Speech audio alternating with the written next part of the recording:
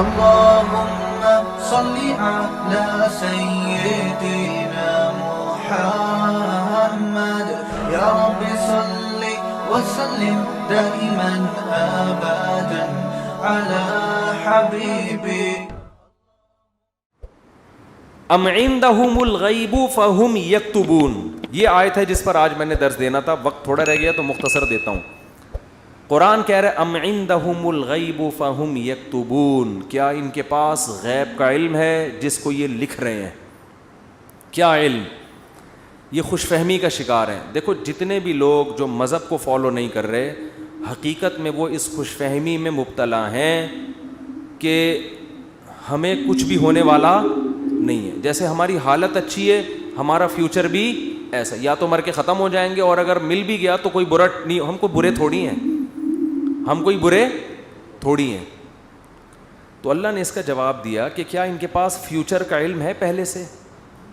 مستقبل کے بارے میں کبھی بھی بات کی جائے گی تو علم کے بغیر نہیں کی جا سکتی. کوئی آدمی کہہ رہا ہے نا فیوچر میں ایسا ہونے والا ہے، تو آپ اس سے دلیل پوچھیں گے آپ کو کس نے بتایا؟ وہ تانے بانے ملائے گا، صغرے کبرے ملائے گا، تو پھر اس کے بعد اگر وہ ایسے ہی کہہ رہا ہے کل یہ ہو جائے گا، پرسوں یہ ہو جائے گا، دیکھو مستقبل کے بارے میں یہ کہوں کہ کل پیر ہے تو یہ بھی فیوچر کی خبر ہے. آپ اس میں مجھ سے یہ پوچھ سکتے ہو کہ کیا دلیل ہے؟ میں کہوں گا دلیل یہ کہ آج کیا ہے؟ اتوار ہے. یہاں دلیل ہے، یہاں میرے لیے یہ دعویٰ کرنا درست ہے کہ کل کیا ہے؟ پیر ہے. لیکن اگر میرے پاس دلیل نہیں ہے اور میں کہوں کہ کل جو ہے وہ کل دنیا میں 3000 آدمی مر جائیں گے ایک ہی کسی حادثے میں، تو لوگ پوچھیں گے بھائی کیا دلیل ہے کسی حادثے میں 3000 آدمی مر جائیں گے؟ اب میرے ذمے کیا ہے؟ میں کہوں وہ ویسے ہی میرا ذوق کہہ رہا ہے. تو یار کوئی مانے گا کوئی؟ اچھا عجیب بات یہ ہے کہ روحانی عاملوں کی یہ باتیں مان لیتے ہیں لوگ. میں یہ کہوں نا کل 3000 آدمی ایک حادثے میں، اللہ نہ کرے مرے ہیں، میں ایک مثال دے رہا ہوں، تو لوگ کہیں گے کہاں سے پتہ چلا؟ لوگ کہیں گے بھائی جھوٹ بول رہے، اس کو کس نے بتایا؟ یا تو قاتلوں سے تعلقات ہیں جس نے مارنے کا ارادہ کیا ہے، ایسا بھی نہیں ہے تو یہ ہوائی بات ہوگی. لیکن یہی بات روحانی عامل کرے گا تو لوگ کیا کریں گے؟ حضرت کا علم ہے بھائی، حضرت کے پاس بولو علم ہے. ابھی روحانی عاملوں پہ نہیں جاؤں گا، پھر میں معین اختر کی طرح نا بلب کے رشتہ داروں کو بھی، تو اب تو میں روحانی عاملوں کے رشتہ داروں کو بھی اچھے الفاظ سے یاد نہیں کرتا. رشتہ داروں سے مراد وہی جو بلب کے رشتہ دار تھے. اب آپ کہیں گے بلب کے کون سے رشتہ دار ہوتے ہیں؟ ہمارے ہاں کبھی بھی جس بندے کو برا کہا جاتا ہے گالی اس کو نہیں دی جاتی، ہمیشہ اس کے رشتہ داروں کو ہمیشہ گالی دی جاتی ہے. یہ ہمارے ایک ٹرینڈ چل نکلا ہے. تو قرآن کہتا ہے کہ ام عندهم الغیب فہم یکتبون. کیسے دیکھو ہمیں جھنجھوڑ رہا ہے قرآن کہ تم اپنے بارے میں کیوں فرض کر کے بیٹھے ہوئے ہو کہ تمہیں کچھ بھی ہونے والا نہیں ہے، تمہیں سزا نہیں ملے گی. یہ تمہیں کس نے بتایا ہے؟ فاصبر لحکم ربک ولا تکن کصاحب الحوت. جب نبی یہ مطالبے کرتے تھے تو پھر بھی آگے سے کوئی رسپانس نہیں ملتا تو انسان کو بے انتہا تکلیف ہوتی ہے کہ کن پتھر دل لوگوں سے واسطہ پڑا ہے. تو قرآن کہتا ہے فاصبر، اے نبی آپ کیا کرو؟ صبر کرو. ولا تکن کصاحب الحوت، مچھلی والے یونس کی طرح جل باز مت بنو. حضرت یونس علیہ السلام کی قوم نے بھی یہی سلوک کیا، لیکن یونس علیہ السلام چاہتے تھے جلدی سے فیصلہ ہو اور اپنی قوم کو چھوڑ کے نکل گئے. تو اللہ نے اس پہ آپ کی تنبیہ کی. تو آپ بھی اے نبی جل بازی مت کریں. تو یہ نبی کے ذریعے سے ہمیں بھی بتایا جا رہا ہے کہ آپ حق کی دعوت دیتے رہیں، اور یہ نہ دیکھیں کہ یہ جو اللہ کے نافرمان لوگ ہیں، جو حق کو نہیں ماننے والے لوگ، وہ پھر بھی پھل پھول رہے ہیں. اس ٹینشن میں مت آؤ، کیونکہ اللہ انصاف کرتا ہے مگر اس میں دیر ہوتی ہے، اندھیر نہیں ہوتی. وہ لے گا انتقام، ان کو اپنے حال پہ چھوڑ دو. یہ اللہ کی حکمت اسی کا تقاضا کرتی ہے، چھوڑ دیا جائے اپنے حال پہ. آج جو اہل حق ہے نا ان کو بہت تکلیف ہوتی ہے کہ جب یہ ہم صحیح بات کر رہے ہیں لیکن آگے جواب جو مل رہا ہے وہ کیا مل رہا ہے؟ الٹا، کوئی مان کے نہیں دے رہا. تو اللہ فرماتے ہیں وَلَا تَكُنْ كَصَاحِبِ الْحُوتِ إِذْ نَادَى وَهُوَ مَكْظُومٌ. یونس علیہ السلام نے جل بازی کی اور بالآخر اللہ کی طرف سے ان کو دنیا میں تنبیہ ہوئی ہے, سزا ملی ہے. اور وہ سزا کیا ملی؟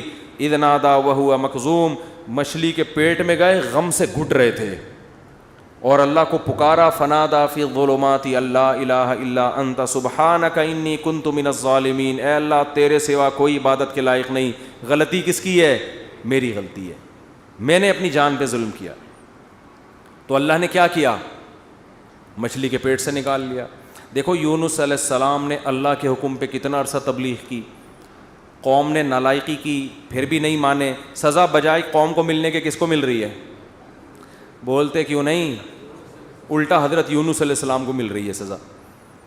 تو اب آپ بتاؤ کیسا پیغمبروں کا صبر کا پیمانہ ہے. ایسے موقع پہ بھی اللہ کے خلاف کوئی شکایت زبان سے بولو نہیں نکال.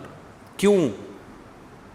اللہ یونس علیہ السلام کے عمل میں ہمیں بتا رہے ہیں کہ دینداری کا یہ مطلب نہیں ہے کہ تم اچھے بنو گے تو اللہ کی نوازشیں آنا شروع ہو جائیں گی. دینداری کا مطلب یہ کہ جو اللہ کا کام ہے وہ اس کو کرنے دو. تمہارا کام ہے عاجزی انکساری, بس میں ہی غلط, صحیح ہو کے بھی کون غلط؟ میں غلط. ہمیشہ غلطی کس کی کھاتے میں ڈالنی ہے؟ بولتے کیوں نہیں؟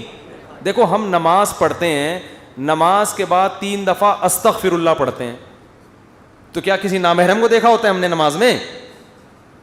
بولتے کیوں نہیں؟ تو کوئی تک بنتا ہے استغفر اللہ کا؟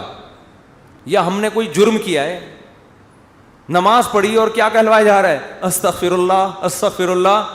بھائی اگر استغفر اللہ پڑھنا تھا تو یہ نماز پڑھی کیوں کی تم نے؟ ہمیں یہ بتایا جا رہا ہے کہ تم نیکی کر کے بھی کیا سمجھو جیسے تم نے گناہ کیا ہے. کیسے گناہ؟ نماز گناہ نہیں ہے. بھائی تم یہ کہو اے اللہ جس طرح سے پڑھنی چاہیے تھی اس طرح سے نہیں پڑھی میں نے, تو نیکی کر کے بھی کہا جا رہا ہے کہ ہم غلط ہیں. ہم نے اللہ جو پڑھنی تو ہمیں معاف کر دے, ہم سے نہیں ہوئی صحیح, ہم سے کام کیا ہو گیا؟ غلط ہو گیا. مجھے یاد ہے 25-30 سال پرانا قصہ ہے, چھوٹا بچہ تھا میں اس وقت. ایک تبلیغی جماعت میں نا ایک صاحب کے سال پہ سال لگ رہے تھے, پوری دنیا میں وہ ان کے سفر ہوئے, بڑا انہوں نے وقف کیا ہوا تھا اپنے آپ کو تبلیغی جماعت کے لیے. تو میرا ان سے ٹاکرا ہو گیا. وہ مجھے سمجھانے لگے جماعت میں نکلو سیروزہ جیسے تبلیغ والے کرتے ہیں. اب مجھے پتا تھا یہ بہت ہی پرانے کھیڑو ہیں اور ان کی تو زندگیاں گزر گئی ہیں اس کام میں. میں نے کہا ماشاء اللہ اللہ نے آپ سے بڑا کام لیا ہے تبلیغ کا. کہتے ہیں میں نے بہت بگاڑا ہے تبلیغ کے کام کو. کہہ رہے ہیں ہم تو کام بنانے والے نہیں, کس میں ہم تو بگاڑنے. کہہ رہے ہیں میں تو بگاڑ ہی رہا ہوں جب سے. مجھے ان کا یہ اسٹائل بہت اچھا لگا. یعنی اپنے آپ کو کہہ رہے ہیں کہ تبلیغی جماعت میں اگر کوئی خرابی ہے تو وہ کس کی وجہ سے ہے؟ بولو. وہ اپنے بارے میں کہہ رہے ہیں وہ کس کی وجہ سے؟ مجھے نہیں کہہ رہے تھے, اپنے بارے میں کہہ رہے تھے. وہ کس کی وجہ سے؟ میری وجہ سے. کہہ رہے ہیں ہم کام بنانے والے نہیں بلکہ بگاڑنے والے ہیں. اب کوئی فسادی ہوتا تو کہتا ہے جب بگاڑنے والا تو کر کیوں رہا ہے پھر ہمیں؟ یہ تو اس نے خود کہا ہے, اپنی زبان سے بولا ہے کہ ہم بگاڑنے والے ہیں. یوٹیوب پہ کلپ ڈالتا ہے یہ دیکھو خود. تو مجھے ان کی یہ تواضع پسند آئی. میں نے کہا دیکھو یہ بیچارہ صبح و شام اس کام میں لگا رہتا ہے, مگر یہ کہہ رہا ہے جو تبلیغ کا کام پھیل رہا ہے اس میں جو برکتیں ہو رہی ہیں وہ میرے علاوہ لوگوں کی وجہ سے ہو رہی ہیں, اور جو خرابی آ رہی ہیں وہ کس وجہ سے ہو رہی ہیں؟ وہ ساری میری وجہ سے ہو رہی ہیں. تو آج مارکیٹ میں یہ چیز کیا ہے؟ شارٹ. ہر اچھا کام میں نے کیا, برا کام ستار بھائی نے کیا. ستار بھائی نہ ملے کہیں مجھے. ایک دن ایک فون آیا, میں نے فون اٹھایا, کون؟ کہہ رہے ہیں ستار بھائی بات کر رہا ہوں. بڑے میں نے کہا بیٹا یہ مجھے نہیں چھوڑے گا, یہ کہے گا مفتی صاحب بہت تم نے جو ہے نا, لیکن وہ شکر ہے ایسی کوئی بات تھی نہیں. تو جنات کا دیکھ لو, قرآن مجید میں آتا ہے کہ جب نبی صلی اللہ علیہ وسلم نے تبلیغ کا کام شروع کیا نا تو جنات بھی کی ایک جماعت نے نبی کے قرآن کی تلاوت سنی اور جا کے اپنی قوم کو انہوں نے تبلیغ کرنا شروع کی. تو تبلیغ کا انداز دیکھو جنات کا, کیونکہ ہدایت مل گئی تھی ان کو, مسلمان ہو گئے تھے. تو تبلیغ کیسے کر رہے ہیں کہ بھئی دیکھو دنیا میں کوئی بڑا کام ہوا ہے, ہمارا آسمانوں پہ داخلہ بند ہو گیا, انا لا ندری ہمیں نہیں پتا, اشر ارید بمن فی الارض کہ جو اللہ نے محمد صلی اللہ علیہ وسلم کو دنیا میں بھیجا اور شیاطین کا اوپر جانے کا سیٹ اپ بند کر دیا, ہمیں نہیں پتا کہ زمین والوں کے ساتھ شر کا ارادہ, کیونکہ بعض دفعہ اللہ پیغمبروں کو بھیجتے ہیں حجت تمام کرنے کے لیے تاکہ حجت تمام ہو اور پوری قوم کو تباہ کر دیں, تو شر بھی ہوتا ہے نا اس میں. کہہ رہے ہیں انا لا ندری ہمیں نہیں پتا, اشر ارید بمن فی الارض کہ جو لوگ زمین میں رہتے ہیں ان کے ساتھ برائی کا ارادہ کیا گیا ہے؟ ام اراد بہم ربہم رشدا، یا ان کے رب نے ان کے ساتھ بھلائی کا ارادہ کیا ہے؟ اسٹائل نہیں سمجھ میں آیا میرا خیال ہے. دیکھو جملہ یہ ہونا چاہیے تھا کہ ہمیں نہیں پتا یہ جو کچھ ہو رہا ہے، ہمیں نہیں پتا کہ رب نے ان کے ساتھ برا چاہا ہے یا اچھا چاہا ہے. اصل میں تو یہ ہونا چاہیے نا. لیکن جنات کیا کہہ رہے ہیں؟ آج کل تو انسان اتنے سمجھدار نہیں ہے جتنے اس زمانے کے جنات سمجھدار تھے یار. جنات یہ نہیں کہہ رہے کہ ہمیں نہیں پتا کہ اللہ نے انسانوں کے ساتھ برائی کا ارادہ کیا ہے یا اچھائی کا. یا تو یہ کہنا چاہیے تھا، یا جنات کو بالکل اس کے الٹ کہنا چاہیے تھا کہ ہمیں نہیں پتا کہ زمین والوں کے ساتھ برائی کا ارادہ کیا گیا ہے. کر کون رہا ہے یہ نام نہیں لے رہے، ہم ہائی لائٹ نہیں کر رہے. انسانوں کے ساتھ برائی کا ارادہ کیا گیا ہے یا اچھائی کا ارادہ کیا گیا. دونوں پیسو وائس ہوتے ہیں. ایکٹیو پیسے کا فرق تو پتہ ہوگا نا. بھائی اس نے مارا ہے، وہ مارا گیا ہے. جب ہم کہتے ہیں ہی از کلڈ، وہ مارا گیا ہے، تو مارنے والے کو ہم شو نہیں کر رہے ہوتے. فاعل کا نہیں پتا ہوتا، سبجیکٹ کا نہیں پتا ہوتا کہ مارنے والا ہے کون. سمجھ میں نہیں آ رہی.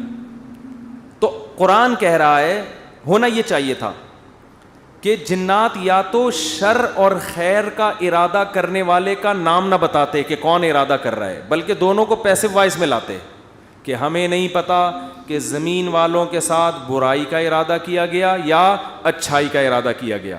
یا تو یوں کہتے، اور اگر سبجیکٹ کا ذکر کرتے تو یوں کہتے ہمیں نہیں پتا کہ رب نے زمین والوں کے ساتھ برائی کا ارادہ کیا ہے یا اچھائی کا ارادہ کیا ہے.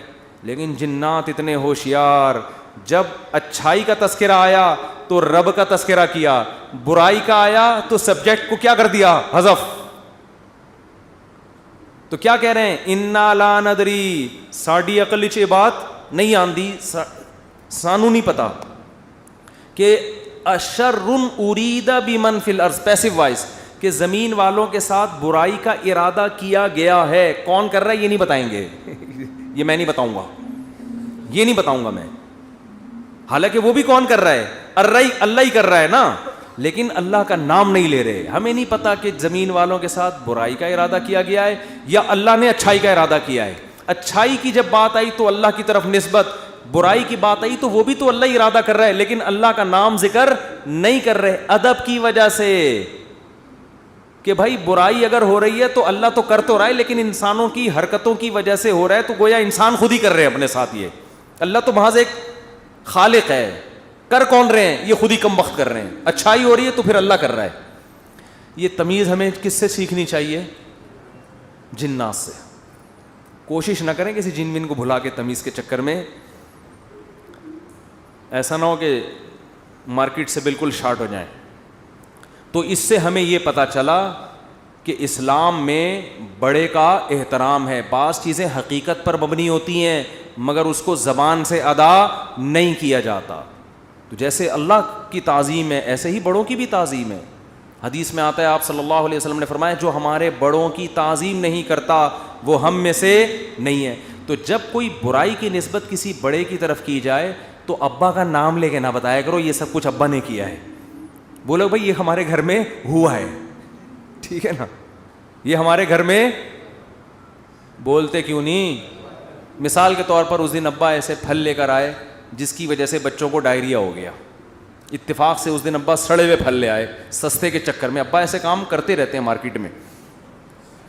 اب بچے لیٹے ہوئے ہیں تو اب بیگم کو چاہیے یہ نہ کہے کہ انہوں نے ڈائریا پھیلایا ہے، بلکہ کہے ہمارے گھر میں ڈائریا پھیل گیا ہے. ٹھیک ہے نا. وہ ابا خود ہی سمجھ جائے گا کس نے کیا یہ کام. پھل کی طرف نسبت کرتے ان پھلوں نے بیمار کیا ہے. نسبت بولو. بچے بھی یہ نہ کہیں ہمارے ابا نے ہمیں بیمار کیا ہے، بلکہ بچے یہ کہیں ان پھلوں نے ہمیں، بلکہ پھل سے ابا سمجھ جائیں گے اصل میں مجھے چھیڑ رہے ہیں، بس ابا ہو گئے بیمار.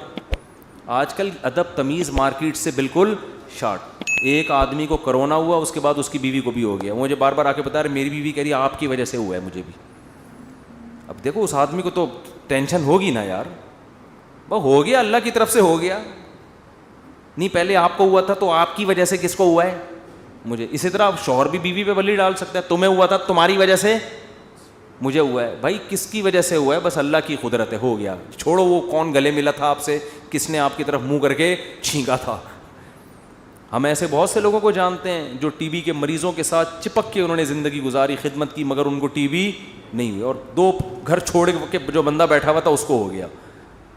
تو آج کل نا یہ تمیز مارکیٹ سے شارٹ ہو رہی ہے, بڑے چھوٹے کا ادب کیا ہو رہا ہے, ختم, فوراً بلی ڈال دیتے ہیں اس نے کیا یہ.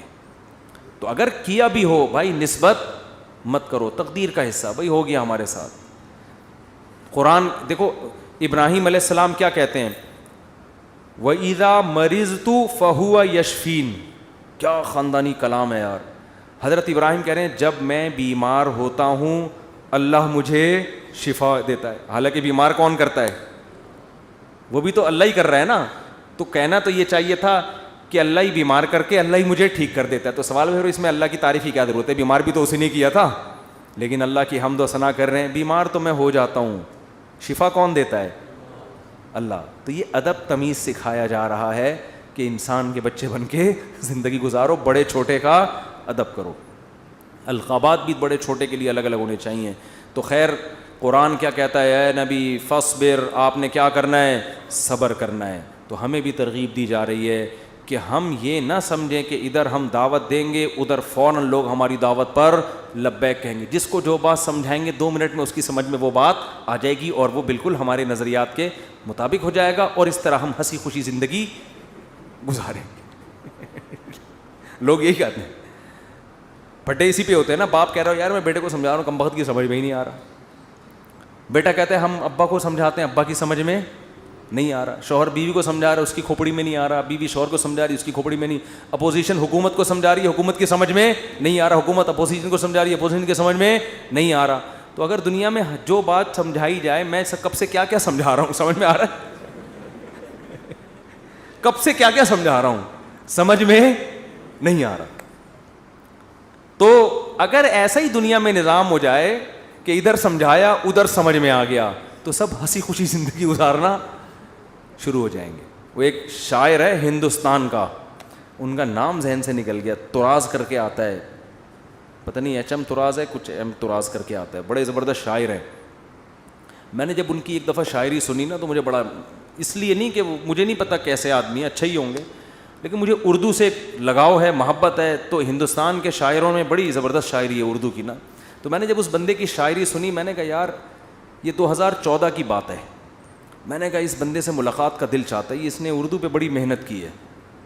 تو اللہ کی قدرت, یہ جو عمرہ ہے نا, عمرہ یہ مسلمانوں کے لیے بہت بڑا ایک ذریعہ ہے آپس میں کمیونیکیشن کے لیے.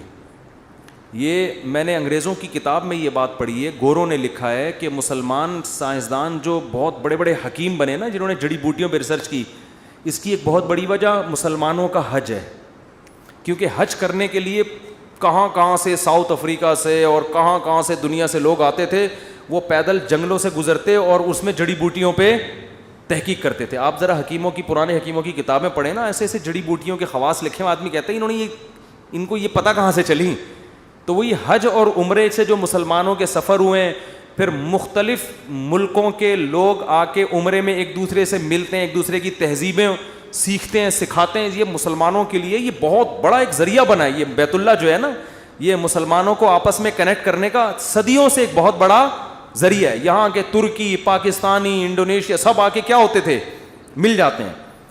تو میری خواہش تھی, میں نے کہا یار کبھی ان سے سلام دعا ہو جائے تو اچھا ہے, خوشی ہوگی. تو وہ میں نے ویسے ہی, انڈیا کے کچھ لڑکے بیٹھے ہوئے تھے, بیت اللہ میں عمرہ کیا ہم نے. میں نے کہا یار وہ ایک شاعر ہے, انہوں نے کہا اتفاق سے عمرہ کرنے آیا ہوا ہے. میں نے کہا میری ملاقات کرا دو. تو مجھے نہیں پتا تھا وہ مجھے جانتے ہیں. تو جب ملاقات ہوئی, انہوں نے کہا میں تو آپ سے خود بہت دنوں سے ملنے کا مشتاق ہوں, آپ کے بیان سنے بڑا مزہ آتا ہے. اس وقت میرے آڈیو بیان ہوتے تھے. تو بات کیا کر رہا تھا میں, تو ان کا ایک شعر تھا, شعر ہی بھول گیا.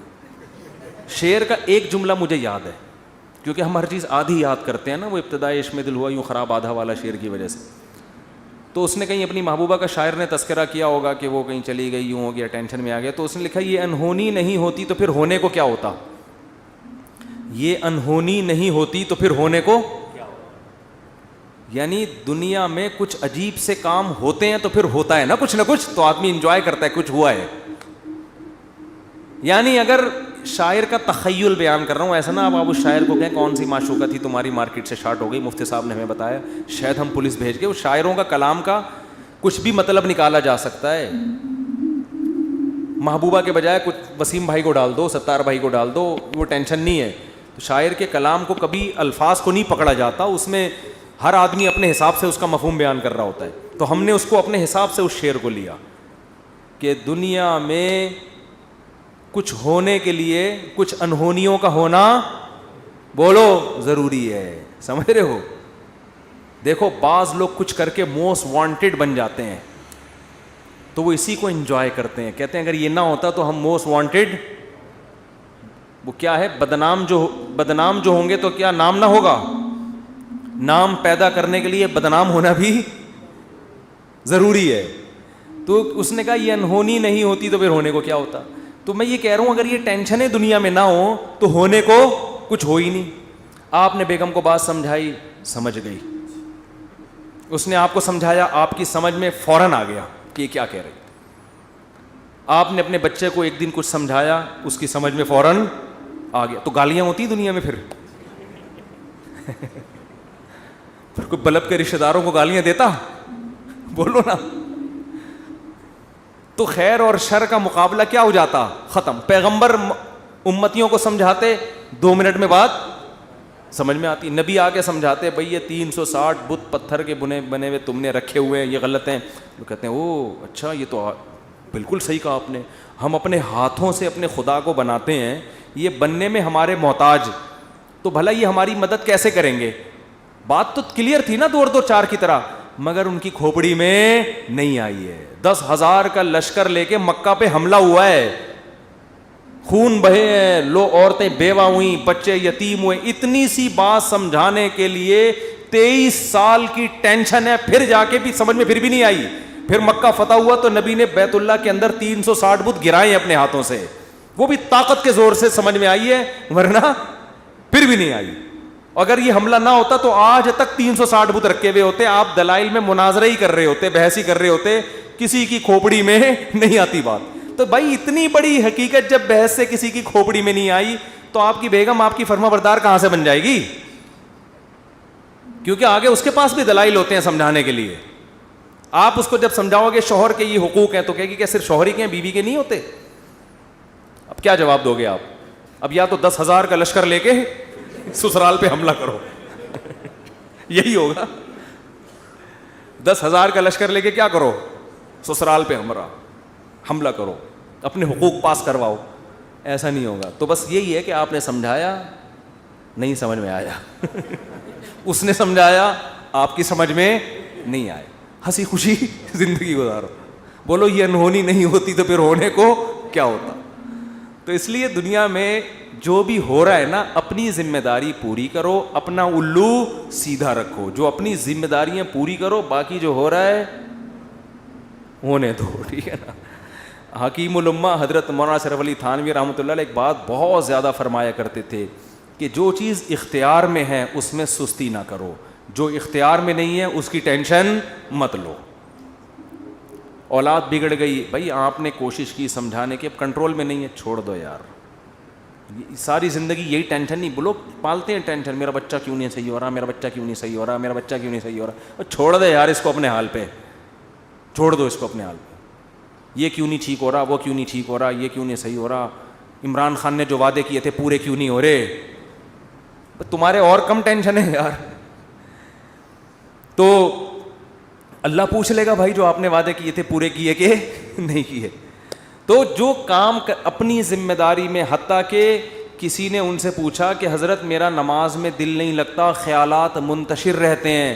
انہوں نے فرمایا نماز میں دل لگانے کی کوشش کرنا فرض ہے, دل لگنا فرض نہیں ہے. کوشش کرو, لگے ٹھیک ہے, نہیں لگے تو بھی ٹھیک, ہمارے اختیار میں نہیں ہے بھائی. جب نماز میں دل نہ لگنے کا بھی ٹینشن, کیونکہ اللہ نے کبھی ایسی بات پہ اللہ آپ کو نہیں پکڑے گا جو آپ کے اختیار میں نہیں ہے. ہمارے جامعہ دارالفتہ میں حضرت مفتی رشید احمد صاحب کے ایک مرید تھے کیا ہیں ابھی بھی, تو وہ نماز میں ان کو نیند بہت آتی تھی, ویسے جاگتے رہتے تھے, ادھر نیت باندھی سو گئے, ادھر نیت باندھی, کھڑے کھڑے سو رہے ہوتے تھے, سردے میں گئے اٹھ ہی نہیں رہے, کونی مار کے اٹھاتے تھے ان کو, اٹھو بھائی,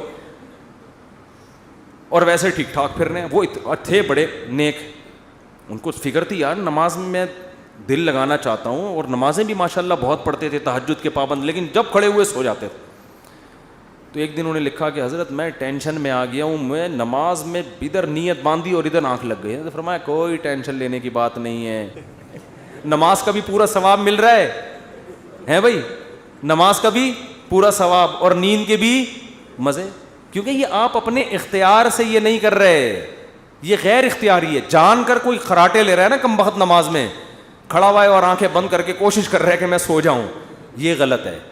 بھائی آپ جاگنے کی کوشش کر رہے ہو پھر بھی نہیں جاگتے, کوئی ٹینشن کی بات نہیں ہے, اس سے نہ کوئی درجات میں کمی آئے گی. آج بہت سے لوگ کہتے ہیں نماز میں مزہ نہیں آ رہا, ہم کو نماز میں مزہ نہیں آ رہا. بھائی مزہ تو بریانی کھانے میں آئے گا مسالے والی, اس میں اگر نہیں آ رہا مزہ تو ڈاکٹر کو بتائیں, پیٹ میں کوئی, پشاور میں گئے اور چپلی کباب کھانے کا مزہ نہیں آیا تو یہ پشاور کا فالٹ نہیں ہے, یہ آپ کے پیٹ کا فالٹ ہے. آپ چائے کے عادی ہو, آپ کوئٹہ اور چمن میں بھی آپ کو چائے پینے میں مزہ نہیں آیا تو چائے کا فالٹ نہیں ہے, آپ کو غلط چائے پینے کی عادت پڑ گئی ہے. سٹوں کی بھی بات بتاؤں چھوڑو رہنے. تو اسی طرح یہ تو بریانی ہے مسالے والی, نماز مزے کے لیے تھوڑی ہے, بریانی ہے مزے کے لیے. نماز تو عبادت ہے, آپ نے پراپر طریقے سے اپنی ذمہ داری پوری کرنی ہے. کبھی انسان کی طبیعت میں نشاط ہوتا ہے, بڑا مزہ آ رہا ہوتا ہے نماز میں, آنسو نکل رہے ہوتے ہیں, کبھی طبیعت میں ٹینشن ہوتی ہے, تو آپ اپنی ذمہ داری پوری کرو, ان چکروں میں مت پڑو کہ مزہ آ رہا ہے یا نہیں آ رہا. سمجھتے ہو کہ نہیں سمجھتے؟